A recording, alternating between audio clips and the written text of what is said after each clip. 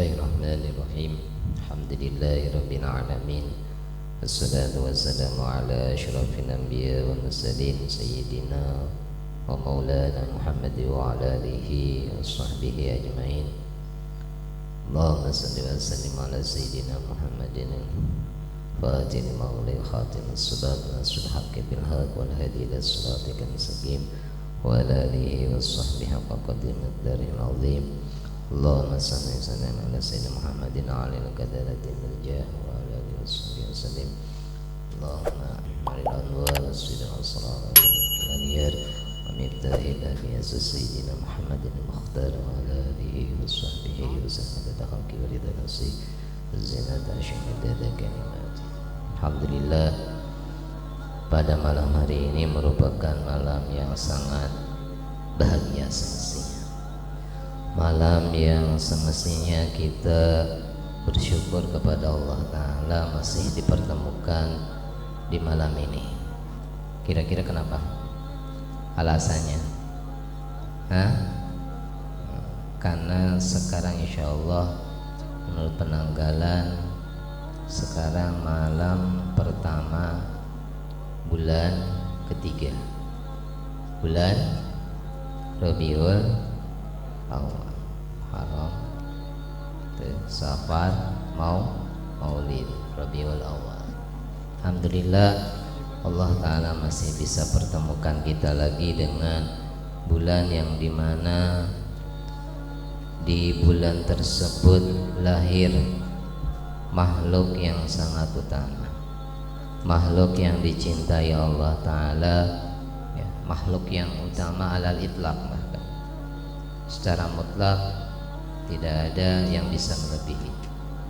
Utama dari khulqinya, utama dari khuluknya, utama dari bentuk badannya, utama dari akhlaknya. Tidak ada satupun makhluk yang bisa menandingi beliau. Itu siapa? Nabi Muhammad sallallahu alaihi wasallam. Di bulan ini beliau lahir, di bulan Rabi, di bulan yang dimana sebenarnya tumbuh kesuburan. Setelah kita melewati bulan Safar yang dimana di situ digambarkan terjadi bala, ternyata Allah Ta'ala sambung dengan bulan yang penuh keberkahan, ya, yaitu bulan Maulid, bulan yang dimana banyak berkatnya. Menentukan dengan berkat mahmudanya bismillah dengan berkat pasti bulan Ramadan, bulan mulut mah loba berkah. Nya berkat mah urang ulah berkat nah, tapi berkah nya berkah bedakeun antara teh jeung gitunya. Urang mah milari berkah. Toh dapatna berkat tongkoh eta mah leuwih gitunya, mencari keberkahan.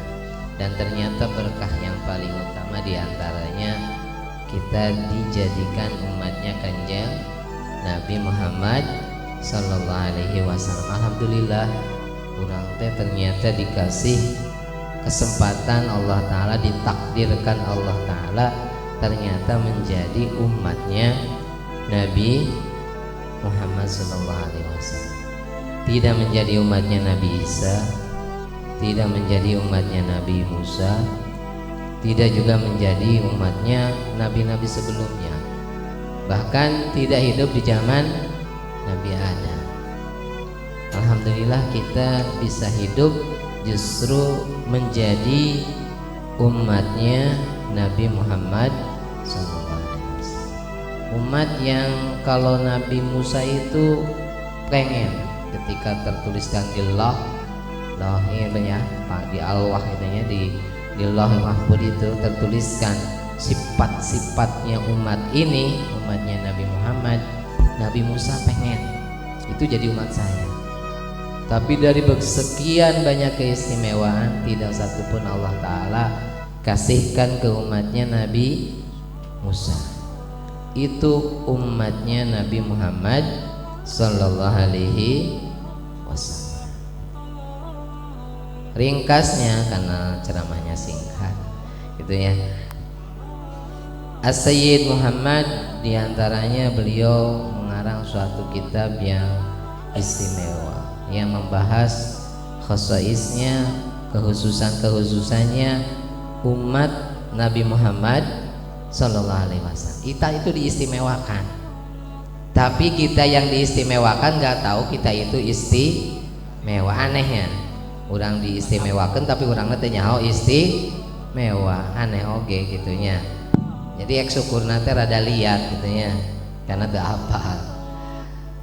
Mungkin saking banyaknya dari di beberapa bab-bab, tapi mungkin dari kitab lain saya yang sampaikan. Di antaranya mungkin secara ringkasnya ada yang harus kita syukuri sebagai umatnya Nabi. Di antaranya kalau dibandingkan dengan kehidupan Nabi Adam, ini ada yang memperbandingkan ulama ya. Nabi Adam mengatakannya seperti itu. Dulu Nabi Adam, saya itu kalau minta taubat, diterimanya taubatnya saya itu harus nunggu saya masuk negara Mekah. Kalau umatnya Nabi Muhammad taubatnya diterima di Mekah itu kamu geus hajian umroh atau nutu haji mau ditaubatan, mau diterima taubatan.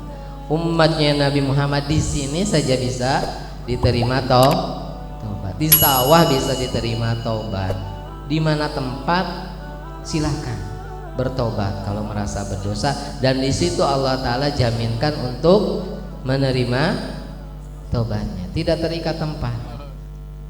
Kalau Nabi Adam waktu di surga bermaksiat gitu ya, artinya di sini mimbabi hasanatil abdar ya, saya temukan bukan maksiat versi kita. Artinya ketika Nabi Adam dicoba Allah Ta'ala untuk dengan sebabiyah melanggar, untuk sebenarnya itu sudah kersanya Allah ya, untuk keluar dari surga. Ini tadinya berpakaian surga, ketika bermaksiat langsung pakaian surganya hilang, jadi urah bahasanya, jadi telanjang. Kalau kita umatnya Nabi Muhammad bermaksiat dalam telanjang saja, Allah Ta'ala malah tutupi, malah kasih pakaian, Allah Ta'ala tutupi ya. Allah Ta'ala rahmati kita sehingga dosa-dosa kita tidak tampak. Tapi Nabi Adam dari pakaian saja harus lepas. Kalau kita di sini ada orang maling, tahu-tahu ketahuan kalau orang maling pasti pakaiannya hilang, itu gimana? Ada orang habis bohong gitu ya, kalau habis bohong tahu-tahu pakaiannya hilang, gimana? Malu ya.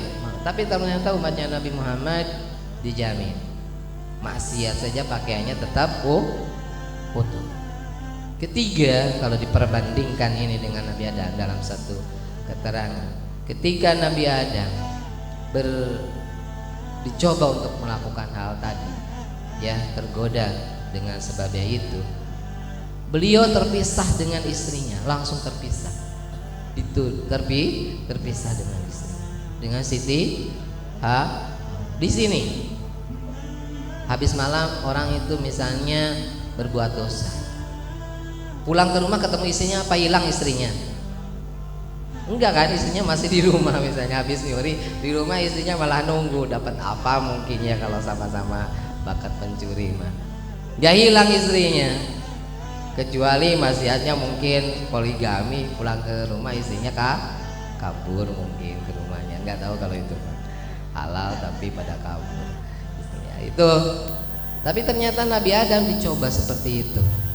Yang keempat, Nabi Adam itu ketika maksiat, ketika waktu itu Allah Ta'ala bahasakan aso ya, Allah Ta'ala keluarkan Nabi Adam dari surga. Tapi umatnya Nabi Muhammad dengan maksiat, justru Allah Ta'ala masukkan ke surga, asal mau apa? Mau tobat. Justru dengan dosa dapat tobatnya diterima, dari tobatnya tersebut malah masuk surga. itu umatnya Nabi. Ada lagi yang ringkasnya, mungkin ini yang harus kita syukuri. Di antaranya umatnya Nabi Muhammad itu diciptakan dengan diafan, dengan lemah. Tidak sekuat umatnya Nabi Lut, Nabi Adam gede-gede badannya. Kita makan kecil-kecil. Ya, badannya lemah-lemah.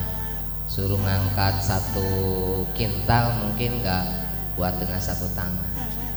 Mungkin jarang-jarang orang kuat ngangkat 1 kintal, paling diangkat itu dibopong di pundak. Kalau diangkat 1 tangan, ya, tapi orang dulu kuat-kuat. Ternyata ada untungnya. Umatnya Nabi Muhammad itu peluang sombongnya agak kecil, karena punya sifat lemah, kekuatannya kecil. Toh masih ada yang sombong-sombong gara-gara kekuatannya, itu mah dia sih gak lihat umat-umat yang dulu. Padahal umat-umat dulu, lihat aja ya, kalau kita lihat di Indonesia saja sudah Borobudur itu siapa yang bikin? Kalau nggak orang-orang kuat itu ya, bukan manusia-manusia dulu. Tapi ternyata kita umatnya Nabi Muhammad, Allah Ta'ala ciptakan dengan lemah. Peluang sombongnya kecil. Tidak akan sombong mestinya dengan kekuatannya. Ya, semestinya. Kedua, umatnya Nabi Muhammad itu badannya kecil-kecil, gak nyampe tingginya 4 meter, 5 meter enggak. Kalau umat dulu 20 meter, 30 meter. Kira-kira dikasih 1 toples cukup enggak kalau orang dulu? Dikasih bolet sakarung kayak kurang kena jamam sekali. Ayeuna ada orang Indonesia kecil-kecil, orang umatnya Nabi Muhammad kecil-kecil, kasih bolet 1 piring saja enggak habis kenyang. Ternyata dalam kehidupannya dia tidak membutuhkan beban yang banyak. Dengan tidak membutuhkan beban yang banyak, artinya hisabnya sedikit.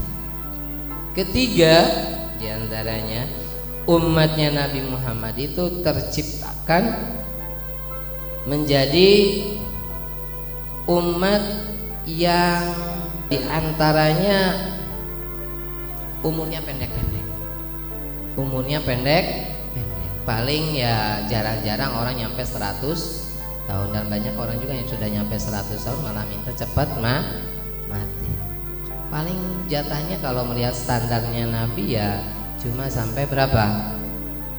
63. Kalau umat dulu ratusan tahun, akan nyampe 700. Itu peluangnya yang harus kita syukuri sebagai umatnya Nabi Muhammad. Dosanya kecil. Lebih banyak orang yang banyak hidupnya panjang kan gini. Oh, itu hidupnya sampai 700 tahun, tenanglah. Umur naik karek kena peratusan dosa belah gitu ya. Tenang we dosa. Masih aya jatah 100 tahun yang tobat itu. Tapi umatnya Nabi Muhammad kalau mau mikir sudah usia 50 tahun terus nggak mikir, saya sudah 50 tahun. Jatah paling 63 tahun kalau nyampe. Apalagi sudah nyampe 60, ini paling jatah tinggal 3 tahun. Jadi mikirnya teh gak bakal dosa. Yang mau mikir, tapi yang kadang sudah aki-aki dosa terus juga banyak. Sebenarnya peluangnya begitu, peluangnya tidak mau dosa. Dan ada lagi yang terakhir, mungkin ringkasnya umatnya Nabi Muhammad itu ternyata dijadikan umat akhir zaman. Untungnya apa dijadikan umat akhir zaman? Untungnya dikuburnya sebentar gitu ya. Untungnya dikuburnya teh sebentar. Kalau umatnya Nabi Adam itu dari dulu sudah disiksa, dari mulai zaman Nabi Adam sampai sekarang dikubur terus, disiksa terus. Tapi untungnya teh umat kita ya kita dijadikan umat akhir zaman. Kalau toh kiamat itu 50 tahun lagi, kalau toh itu ya, berarti kita cuma dikubur berapa tahun? Kalau matinya besok berapa tahun? Cuma 50 tahun. Umatnya Nabi Adam sudah ribuan tahun dikubur. Makanya dikubur nanti sugan teu disiksa lamun teu dosa mah. Teu disiksa dilatih dosa. Dilatih apa? Siksa lamun nikmat ya nikmatnya juga lama. Cuma paling enggak alam barzah yang ditempuh oleh umatnya Nabi Muhammad lebih pendek daripada umat-umatnya lain. Silahkan di bulan ini kita syukuri bahwa alhamdulillah, kalau melihat utamanya Nabi tidak bisa kita bahas karena saking luasnya, tapi paling enggak kita syukuri kita menjadi umatnya Nabi Muhammad Sallallahu Alaihi Wasallam. Semoga Allah Ta'ala mempertahankan kita sampai ajal menjemput kita dalam keadaan kita tetap diakui sebagai umatnya Nabi Muhammad Sallallahu Alaihi Wasallam. Wal barakah. Al-Fatihah.